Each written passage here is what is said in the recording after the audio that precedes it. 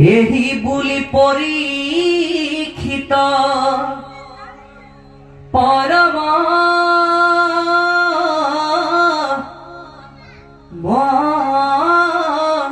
মহন্ত। পৰীক্ষিত ৰজাই সেই ষাঁড়গৰুটোক প্ৰশ্ন সুধিছে যে তুমি কোন আৰু তোমাৰ এই তিনিটা ভৰি খুৰা কোনে ভাগিলে? আমন্ত্ৰণ জনোৱা হৈছে। মই আছো আজি বালিপৰাত ওপৰত। আজি এই বালিপৰাত ওপৰঠেগেই গাঁৱতে ভাগৱত বক্তা প্ৰিয় দৰ্শন আমন্ত্ৰণ কৰি আনিছে। খন্তেক পিছতে প্ৰিয় দৰ্শন ডেকা বহুতো উপস্থিত হৈছে। খন্তেক পাছতে প্ৰিয় দৰ্শন ডেকাৰ প্ৰিয় দৰ্শন ডেকাৰ ভাগৱত অনুষ্ঠান শুনিবলৈ পাব। অকণো স্কিপ নকৰাকৈ শেষলৈকে।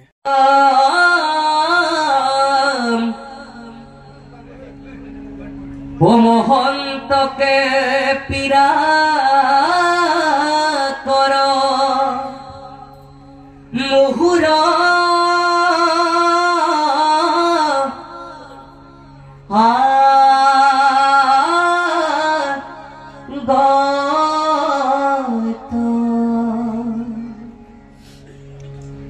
ৰহ ৰহ ভাঙ্গু আজি তুহুৰ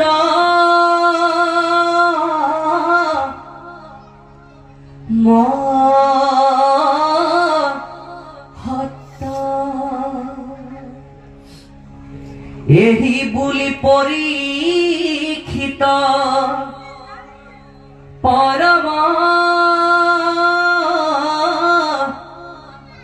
মহন্ত। ধেনু বৃষ ভক দুইকু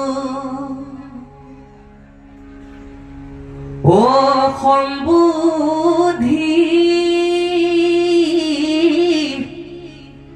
বুলন্ত।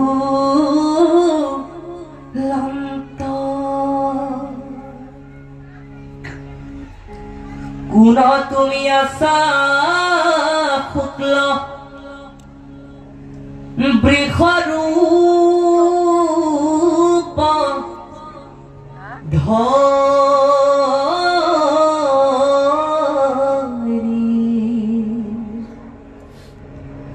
ও কোনবা তোমাৰ ভাঙ্গি লেকতি ভৰি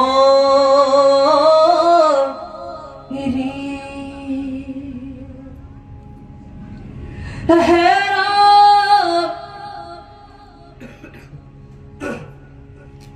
কিষ ভ্ৰমা হায়ক পাৱে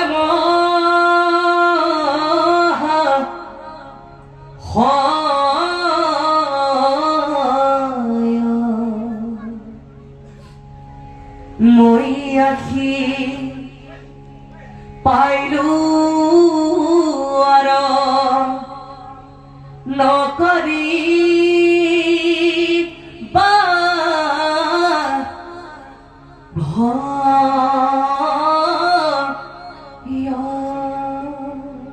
কৃষ্ণ আমাৰ সভা পদবন্ধে প্ৰকাশ কৰিলে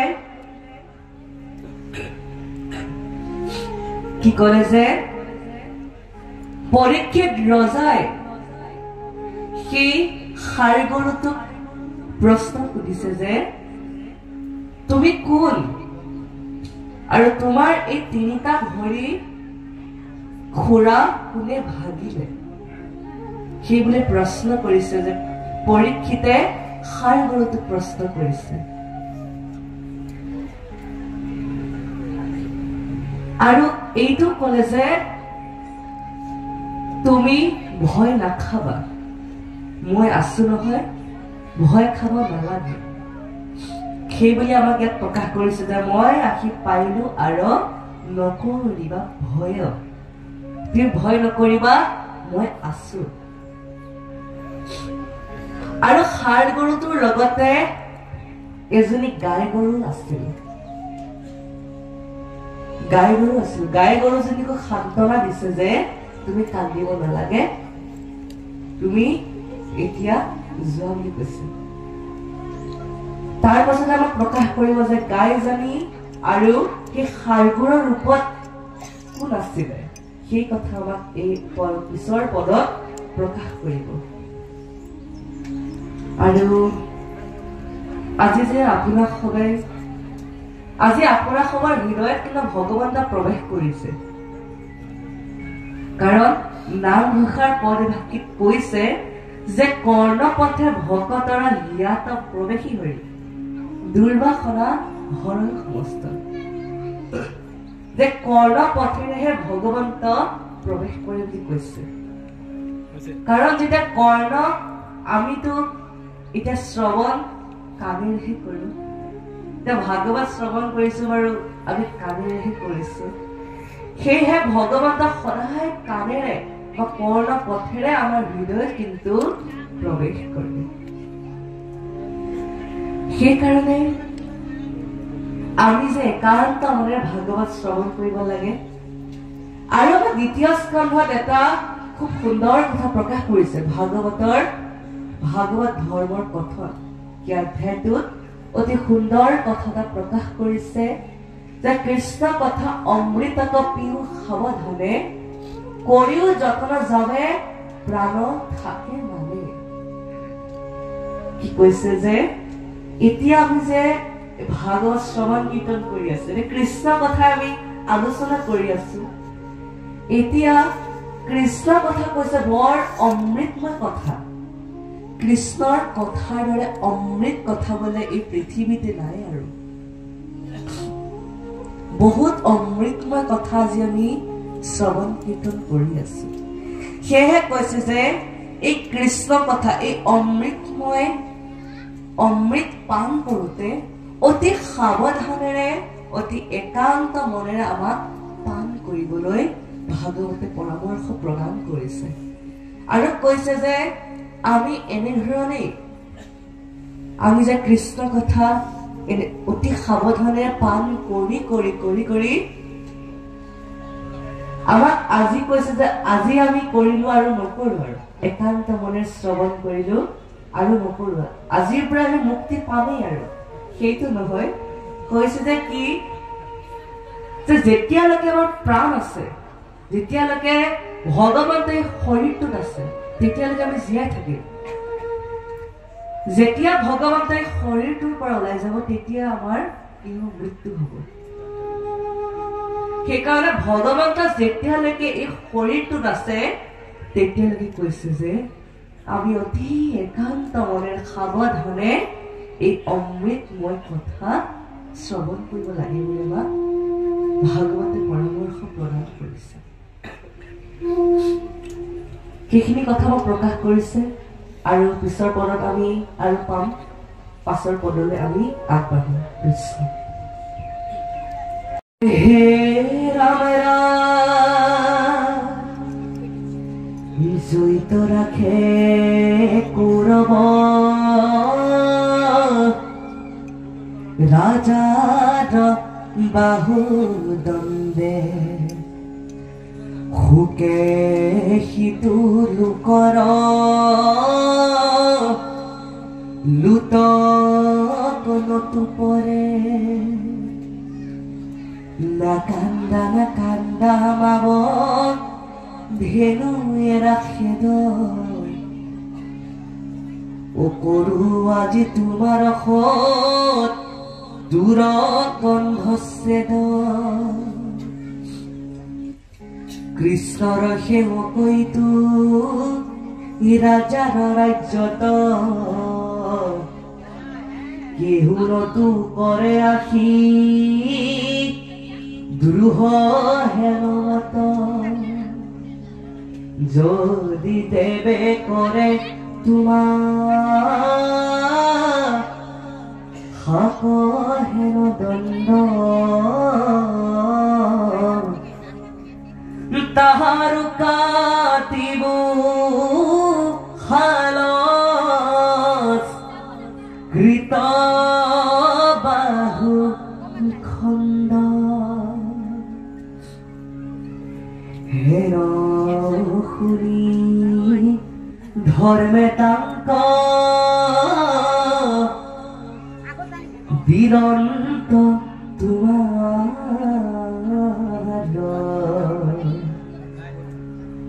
কি কহিব কথা মই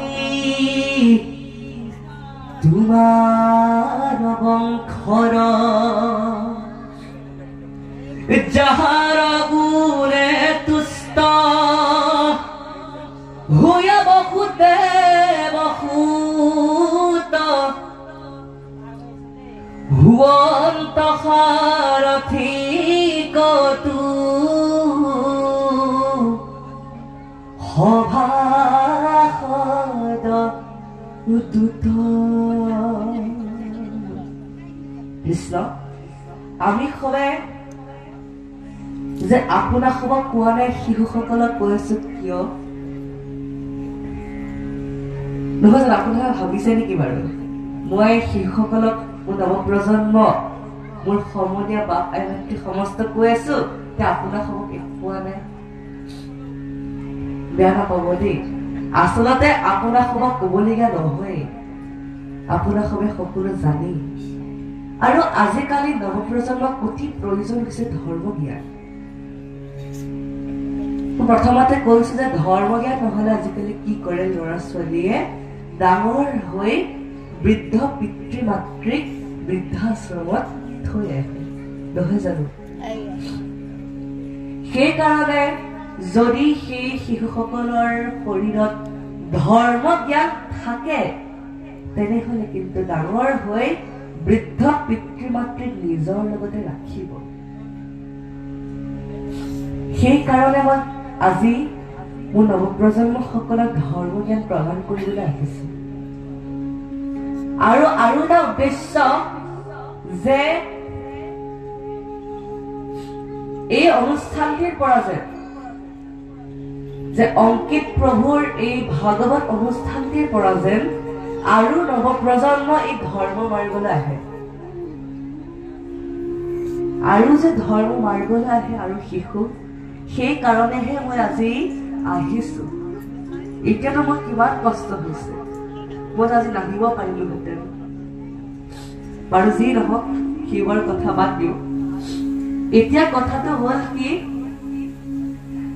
যে ৰিজু পাঠক প্ৰভুৰ মহাপুৰুষ ৰিজু পাঠক প্ৰভুৰ এটা সুন্দৰ উদাহৰণ আমাৰ সবৰে কাৰণে প্ৰকাশ কৰি থৈ গৈছে যে এই সম্বন্ধটো এই উদাহৰণটো মাতৃ আৰু পুত্ৰৰ লগত জড়িত হৈ আছে উদাহৰণটো কি বুলি প্ৰকাশ কৰিলে যে প্ৰভুৱে এটা সন্তান যেতিয়া সৰু থাকোতে কেঁচুৱাতে যেতিয়া জ্বৰত উত্তপ্ত হৈ থাকে তেতিয়া সেই মাতৃগৰাকীয়ে যে সেই শিশুটিক হৃদয়ত শুৱাই লৈ যেন হৃদয়ত সাৱটি লৈ যেন সেই শিশুটিৰ জ্বৰ যে নিজৰ গালৈ যেন আনিব মাতৃগৰাকীয়ে কিন্তু যেতিয়া